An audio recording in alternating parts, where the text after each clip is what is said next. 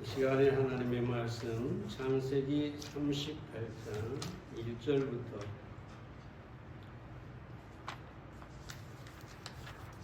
3절에 있는 말씀을 보도록 하겠습니다. 창세기 38장 1절부터 6절까지만 받을 수 있겠습니다. 창세기 38장 1절부터 6절입니다. 그 후에 유다가 자기 형제에게서 내려가서 아둘람 사람 히라에게로 나아가니라.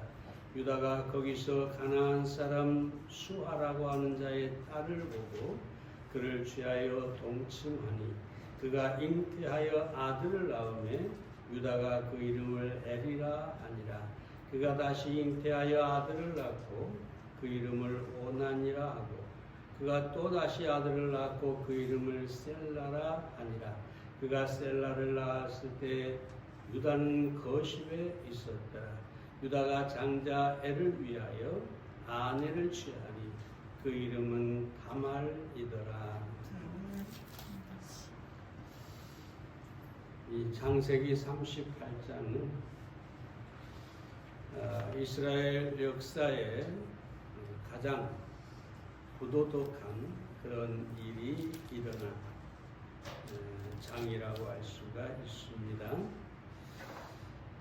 이방 여인들과 결혼한 유다와 또 그 며느리 다말에 의해서 저질러진 범죄입니다. 시아버지와 며느리 사이에서 자식이 태어나는 있어서는 안 될 사건이 일어난 것이죠. 그럼에도 불구하고 하나님의 언약은 사라지지 않았고 메시아 계보가 그들을 통해서 이어지는 것을 보게 됩니다. 그래서 오늘 우리는 이 유다의 범죄와 그리고 하나님의 은혜에 대해서 생각해 보겠습니다. 첫째로 유다는 이방인들 속에 섞여 살았습니다. 1절 말씀을 봅니다. 그 후에 유다가 자기 형제에게 내려가서 아둘람 사람 히라에게로 나아가니라. 여기서 내려가서라는 말은 떨어져 나갔다 그런 뜻입니다. 유다가 자기의 형제들에게서 떨어져 나가서 이방인들 속에서 섞여 살았다는 이야기입니다. 그리고 유다는 가나안 족속의 여인을 취했는데 수하라는 사람의 딸이었습니다. 유다의 비극은 사실은 여기에서 시작됐다고 할 수가 있습니다. 유다가 가나안 족속들 사이에 섞여 살았기에 가나안 족속과 가나안 여인과 결혼하게 되고 그리고 그 자녀들까지 그 아들들까지 문제가 되는 것을 우리가 보게 됩니다. 여러분 결혼에 대한 아브라함의 생각 그리고 이삭의 생각은 철저하게 그 땅 가나안 족속의 딸들을 취하지 않는 것이었습니다. 그래서 이 아브라함과 이삭은 자기 족속들, 자기 혈통 가운데서 신부를 취해서 여기 결혼을 시킨 것을 우리가 보게 되죠. 왜 이처럼 아브라함과 이삭이 그러한 태도를 취했느냐? 먼저는 영적인 타락, 즉 우상 숭배 때문이었습니다. 예나 지금이나 여자의 힘은 막강합니다. 남편에게 끼치는 그 힘은 대단합니다. 그래서 이 아브라함과 이삭은 그 가나안 여인과 결혼하면 그들 때문에 저들이 하나님을 버리고 우상을 숭배할 것을 염려했기 때문이지. 영적인 타락을 염려해서입니다. 뿐만 아니라 성적인 타락 때문이기도 합니다. 도덕적으로 타락한 삶을 살까 염려했던 것이죠. 창세기 15장 16절에 보면 아직 죄악이 관영치 아니함이라라고 합니다. 그러니까 하나님께서 여기 가나안 족속을 멸해야 되는데 그들이 아직 죄가 넘치지 않아서 하나님께서 유예시켜뒀다는 거죠. 근데 이제 이 가나안이 보면은 계속해서 이 도덕적으로 타락해 온 것을 우리가 보게 됩니다. 도덕적으로 타락한 민족은 하나님께서 반드시 심판을 하게 되어 있었습니다. 그래서 하나님께서 이방인과 섞이지 말라고 했는데 이 유다는 이방인 속에 들어가서 그들과 살면서 그들의 문화, 그들의 가치관, 그들의 도덕 이런 것들을 받아들여서 이방 여인과 결혼을 하게 되고 그 맏아들 엘의 아내도 다말이라고 하는 여인을 취해서 여기 이방인과 결혼하게 한 것입니다. 여러분, 이 타락이라고 하는 것은 믿는 사람이 믿지 않는 사람들 속에 섞여서 그들과 함께 살아갈 때 타락은 자연스럽게 이루어지는 것이죠. 처음에는 이게 아니다 라고 생각하는데 한 번 만나고 두 번 만나고 그렇게 계속해서 함께 섞이다 보면 동화되게 돼 있어요. 이전에는 이 술 먹는 거 먹으면 안 된다 그랬는데 하다 보면 계속해 섞이다 보면 자연스럽게 받아들여지게 되죠. 이처럼 이방인 가운데 믿지 않는 사람들 가운데 섞여 살다 보면 타락하기가 쉬운 것입니다. 프랑스에 가면 개구리 요리가 있다고 하네요. 나는 프랑스 사람들은 개구리를 안 먹을 것 같은데, 왜냐하면 그 유럽 사람들 우리 개고기 먹는다고 아주 난리를 치잖아요. 근데 개구리를 또 먹는데요. 근데 이 셰프가 개구리 요리를 할 때 어떻게 하느냐. 팔 끓는 물에다가 개구리를 절대로 넣지 않는다고 합니다.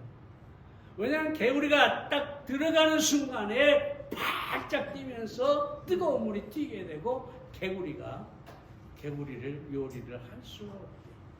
그래서 개구리가 가장 좋아하는 온도를 맞춰놓고 거기에 개구리를 집어넣는다고 합니다. 그럼 이 개구리가 너무 좋은 거예요. 자기 온도에 딱 맞으니까 아이고 좋다 하고 이렇게 헤엄을 치다 보면 자기도 모르는 사이에 온도가 서서히 올라가서 결국은 삶아져 버린다는 거죠. 뭐 이런 얘기는 잘 알죠. 근데 제가 왜 얘기를 하느냐. 믿는 사람이 세상에 들어가서 살면서 처음에는 좋아요. 왜? 세상의 재미도 맛보면서 이게 하루 이틀 계속 지나다 보면 아무 일도 안 일어나는 거죠. 하나님이 당장 매를 때리는 것도 아니고 아무 일이 안 일어나요. 그래서 괜찮네. 아무 문제가 없네. 내가 세상에 들어와서 이렇게 세상 사람과 어울리고 주의 예배도 가지 않고 하나님을 떠나 있는데 아무 일이 안 일어나네. 이거 좋구나. 그러다 보면 완전히 타락하게 돼요. 결국은 심각한 하나님의 징계나 심판이 오게 된다는 거죠. 내가 생각하는 시간이 아니라 내가 전혀 생각하지 않는 시간에 내가 알 수 없는 방법으로 하나님을 심판할 수 있다. 그래서 우리는 세상에 빠져서 타락해서 그 문화에 그 가치에 동화돼서 살아서는 결코 안 될 것입니다. 잘 아는 말씀 고린도후서 6장 14절에서 믿지 않는 자와 멍에를 같이 하지 말라. 우리는 항상 이 말씀을 기억해야 할 것입니다. 두 번째로 유다는 자녀 교육에 실패를 했습니다. 6절 말씀을 봅니다. 유다가 장자 엘을 위하여 아내를 취하니 그 이름은 다말이더라. 엘은 유다의 장자였는데 오늘 이 창세기 38장에 보면 여호와의 목전의 악함으로 죽임을 당했더라. 처음부터 엘은 악함으로. 많은 성서학자들은 그 악함을 뭐라고 하느냐? 성적인 문란 속에 살았다 라고 얘기를 합니다.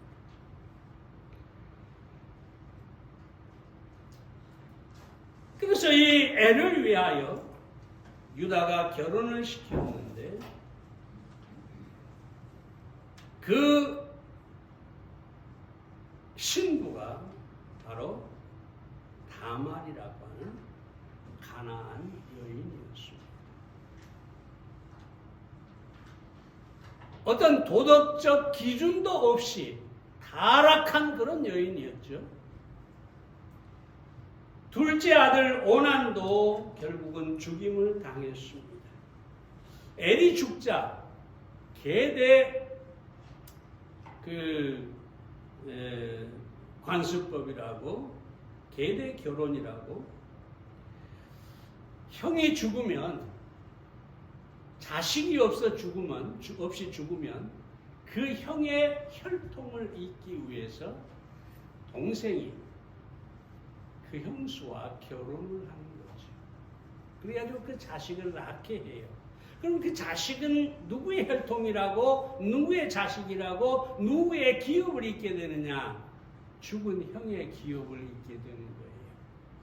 근데 이 오난이 가만히 생각하니까 자기의 자식이 형의 혈통을 잇고 형의 기업을 잇는 것, 내 자식인데 그게 싫었던 거예요. 근데 여러분, 이것은 우리가 다 이해할 수는 없지만 율법에 그 결혼이 합법화되어 있어요. 여기서 중요한 것은 뭐냐 하면 그 결혼이 합법이냐 아니냐보다 중요한 것이 뭐냐 하면 하나님의 말씀에 있다는 거죠.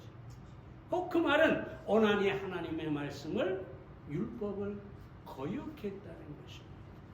이것도 하나님께서 악하게 보셔서 결국은 이 오난도 죽음을 당하게 됩니다.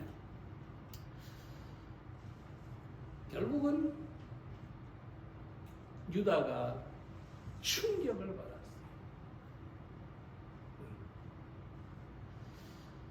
여기서 유다가 좀 회개했으면 얼마나 좋겠어요? 자기가 이방 여인과 결혼하고 자기의 며느리까지 이방 여인을 보게 해서 두 자식이 죽었으면 그럼 회개할 법한데 그렇지는 않았어요. 그래서 두 자식이 죽고 나니까 이제 겁이 난 거죠. 셋째 아들 셀라가 있는데 아직 어리다는 핑계를 대고 다말에게 주지를 않았어요.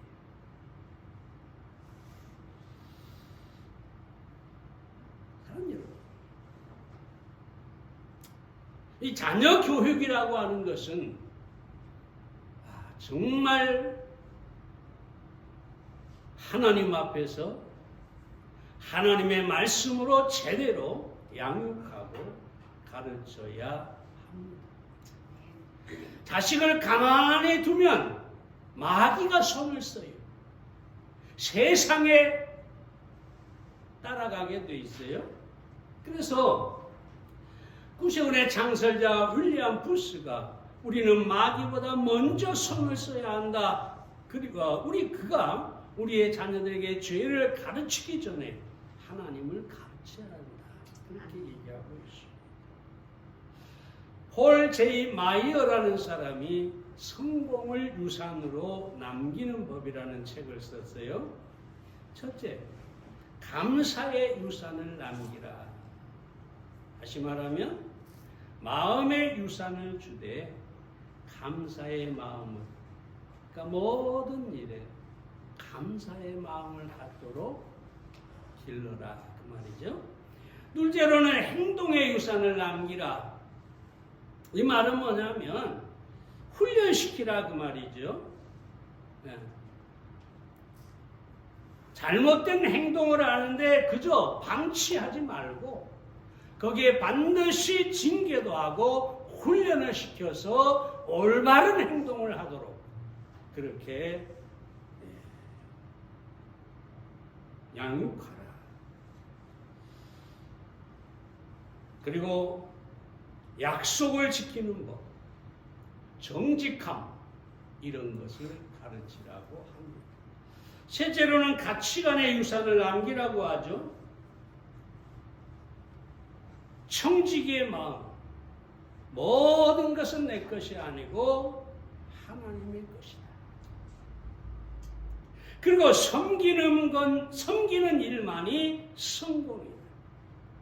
내가 섬기는 만큼 나는 소유하는 것이다. 이런 가치관을 가르치라는 거죠. 네 번째로 자체의 유산을 남기라 그랬어요. 무슨 말이냐 하면 우선순위가 용서가 힘이라는 사실을 가르치고 행복은 낙관적 세계관에 있다는 것을 물려주는 것이다. 이렇게 얘기를 하고 있어요. 그럼 중요한 것은 무엇입니까? 우리가 자녀 교육을 정말로 신중히 해야 합니다. 바울은 에베소 6장에서 뭐라고 합니까? 하나님의 말씀으로 양육하라. 그렇게 말하고 있습니다. 우리의 자녀들에게 하나님을 심어주고 하나님께서 그 생애를 인도하고 축복하게 하실 때 그것이 진정한 자녀 교육이다.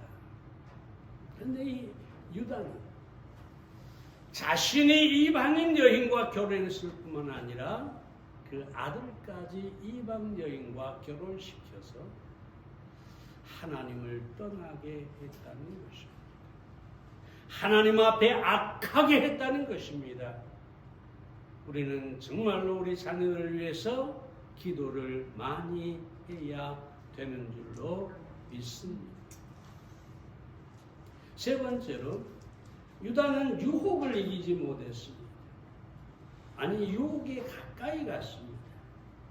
15절과 16절 말씀 가운데 한 부분을 보면 이렇습니다. 유다가 그를 보고 창녀로 여겨 길 곁으로 그에게 나아가 가로되 청컨대 나로 내게 들어가게 하라. 이 유다는 사실은 양털을 깎기 위해서 딥나로 왔는데요.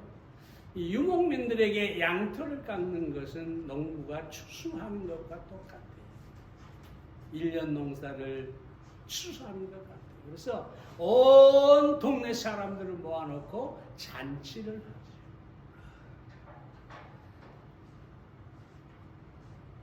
그런데 이 유다가 잔치를 끝내고 이제 딥나로 올라가게 됐는데 거기에 어떤 여인이 얼굴을 탁 가리고 그 아랍 사람들 지금도 그러죠. 얼굴을 가리고 온 몸을 칭칭 가리고 그리고 길가에 앉아 있습니다. 누가 봐도 창녀다라는 것을 알게 했어요. 그래서 마침 유다의 아내가 죽었거든요. 홀로 된 유다가 그 여인을 보고 내가 너에게 들어가도 되겠느냐? 그 여자가 묻죠. 그럼 내게 뭘 주겠느냐? 양을 주겠다 그래요. 아니 양을 주기 전에 그러면 증표를 주라. 그 약속의 증표를 나에게 주라. 뭘 주겠느냐? 그러니까 뭐라고 하냐면 지팡이와 끈과 도장을 달라. 그리고 그 일이 있고 나서 석 달이 지났는데 갑자기 소식이 들려옵니다. 당신의 며느리 다말이 임신을 했다. 남편이 둘이나 죽었는데 임신을 했다. 이것은 틀림없이 다말이 부정한 일을 저질렀다. 그래서 화가 이만큼 난 유다가 그 다말을 끌어내서 죽이려고 하죠. 그때 이 다말이 뭘 주냐면 내가 이 사람 때문에 임신을 했으니 이것을 가져다 보여주라. 그리고 유다가 준 지팡이와 끈과 도장을 주어서 보냅니다. 그러니까 이 유다가 뭐라고 했을까요? 그는 나보다 옳도다.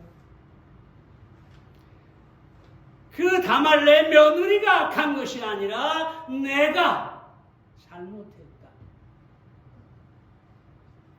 내가 내 아들 셀라를 그에게 주지 않아서 이제 충분히 결혼할 만큼 자랐는데 주지 않아서 이런 일이 벌어진 것이다.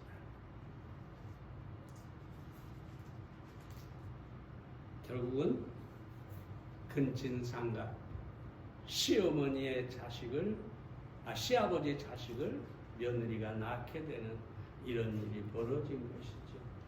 그럼 여러분 이 유다가 왜 그런 일을 범했을까요? 먼저 술에 취했기 때문입니다. 여기 술이라는 말은 나오지 않아요. 근데 잔치를 했잖아요.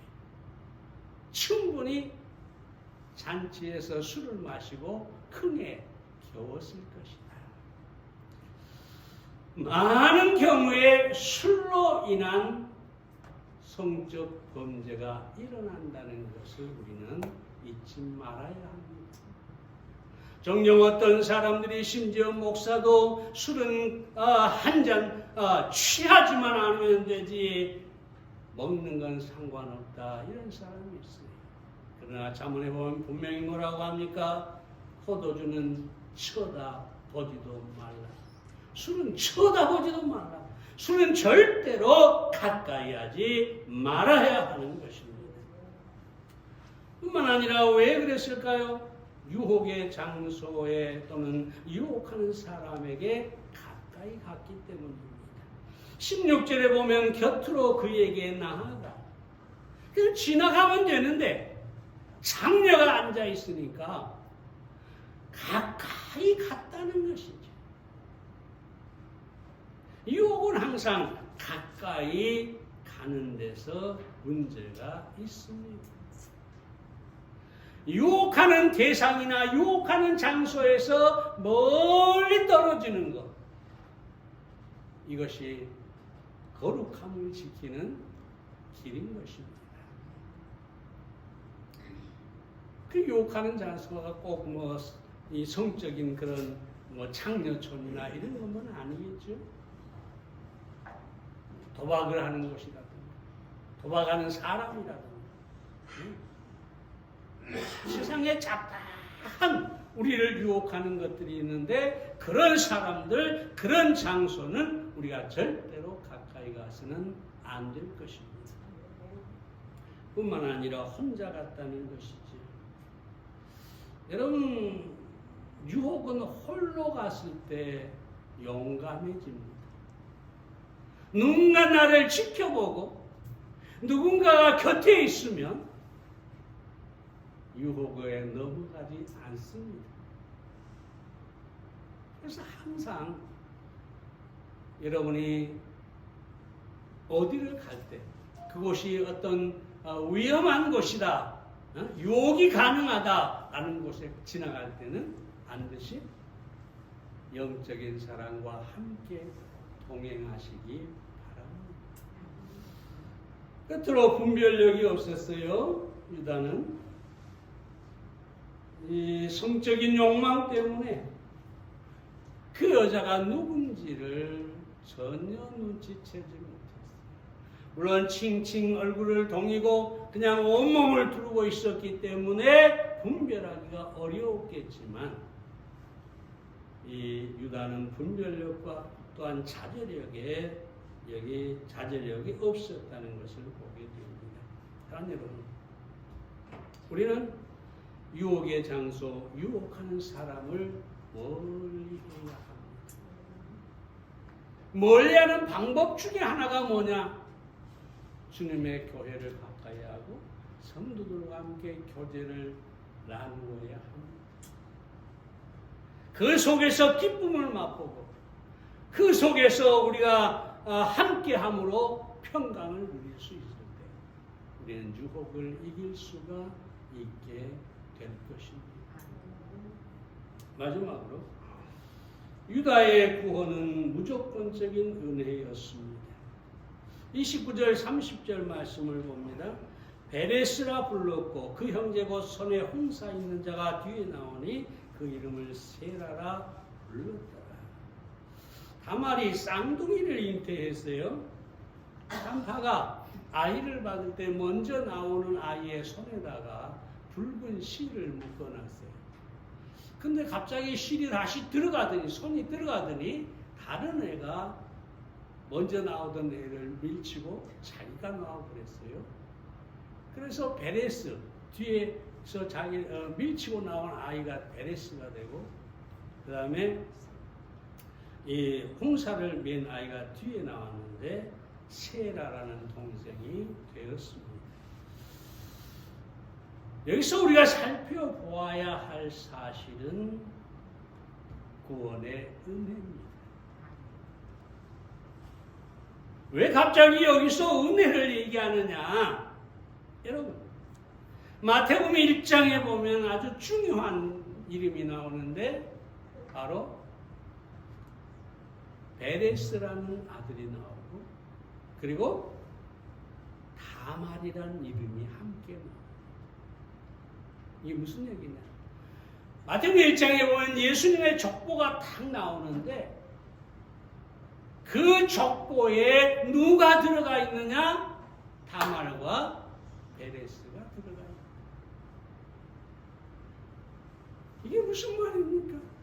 예수 그리스도의 족보죠. 예수님의 족보에 다말과 베레스가 들어가 있다. 결국 예수님은 베레스의 후손으로 이 땅에 오셨다. 그럼 하나님께서 왜 이런 내용을 여기에 기록했을까요? 어떻게 시아버지와 며느리 사이에 태어난 아들이 예수님의 족보에 오를 수 있었을까요? 어떻게 다말이라고 하는 여인이 그 족보에 이름을 기록하고 있을까요?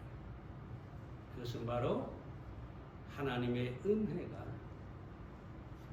죄보다 크다는 것을 보여주는 것입니다. 로마서 5장 20절에 우리가 잘 알지만 죄가 더한 곳에 은혜가 더욱 넘쳤다라고 합니다. 죄가 더한 곳에. 죄가 그냥 죄가 아니라 죄가 있는데 거기에 또 죄를 짓고 또 죄를 짓고 또 죄를 지어서 죄가 더한 곳이 있는데 거기에 하나님의 은혜는 그보다 더 크다. 그러니까 유다가 죄를 짓고 다말이 죄를 짓고, 그런데 그들의 죄를 다 합한 것보다 하나님의 은혜가 더 크다. 제가 큐티를 요즘 쓰다가 마가복음을 하고 있는데 이런 내용이 나와요. 예수님께서 그 서기관들에게 그리스도는 다윗의 자손이 될 수가 없다라고 합니다. 왜냐하면 성경에 예수님이 그 다윗의 혈통에서 다윗의 자손으로 올 거다라고 기록이 되어 있죠. 예언이 되어 있죠. 그러니까 유대인들은 다 그렇게 믿고 있어요. 근데 예수님이 갑자기 하신 말씀이 다윗의 자손이 될 수가 없다. 두 가지 면에서 말씀을 드릴게요. 첫째는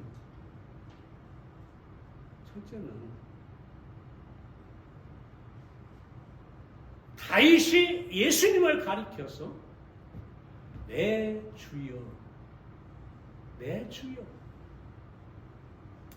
히브리서에도 나오고, 그리고 시편에도 나오는 말씀이지.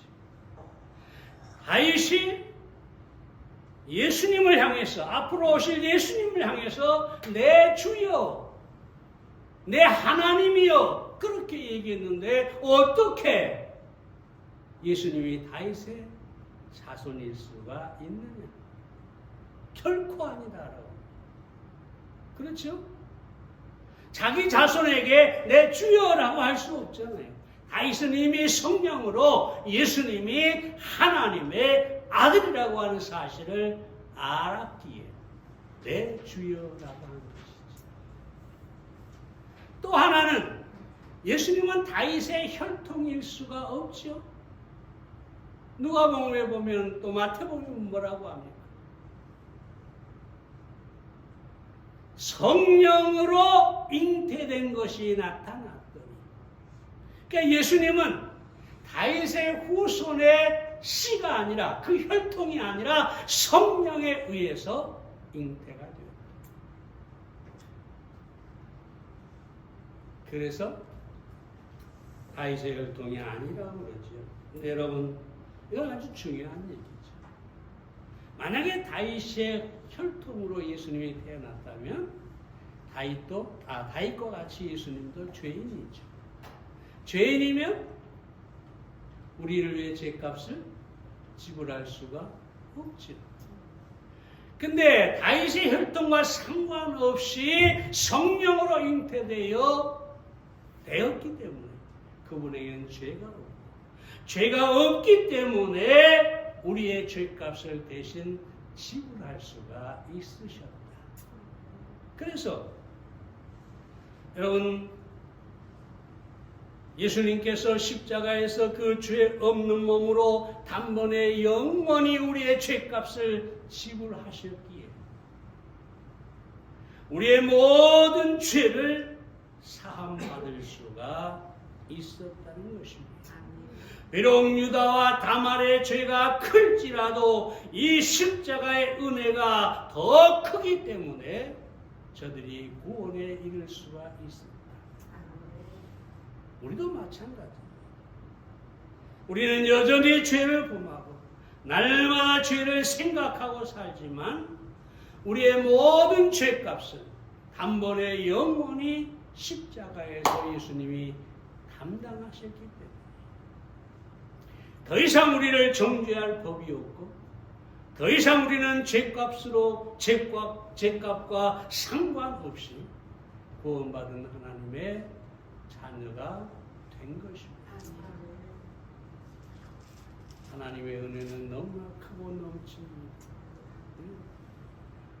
우리는 아마 유다와 다말을 그냥 비난하고 정죄할 수 있죠. 어떻게 그런 죄를 범하냐 할 수 있지만 사실은 그들의 죄나 나의 죄나 그들의 죄인됨과 내가 죄인됨이 결코 다르지 않습니다. 하나님께서 만약에 다말과 유다의 죄를 사할 수 없었다면, 그들에게 은혜를 베풀 수 없었다면 우리 또한 죄사함을 받을 수가 없었을 것입니다. 다시 한 번 말씀드립니다. 하나님의 은혜가 우리의 모든 죄를 사하셨습니다. 그 은혜 안에서 구원의 확신 가운데, 죄사함의 확신 가운데 사는 여러분 되시기를 바랍니다.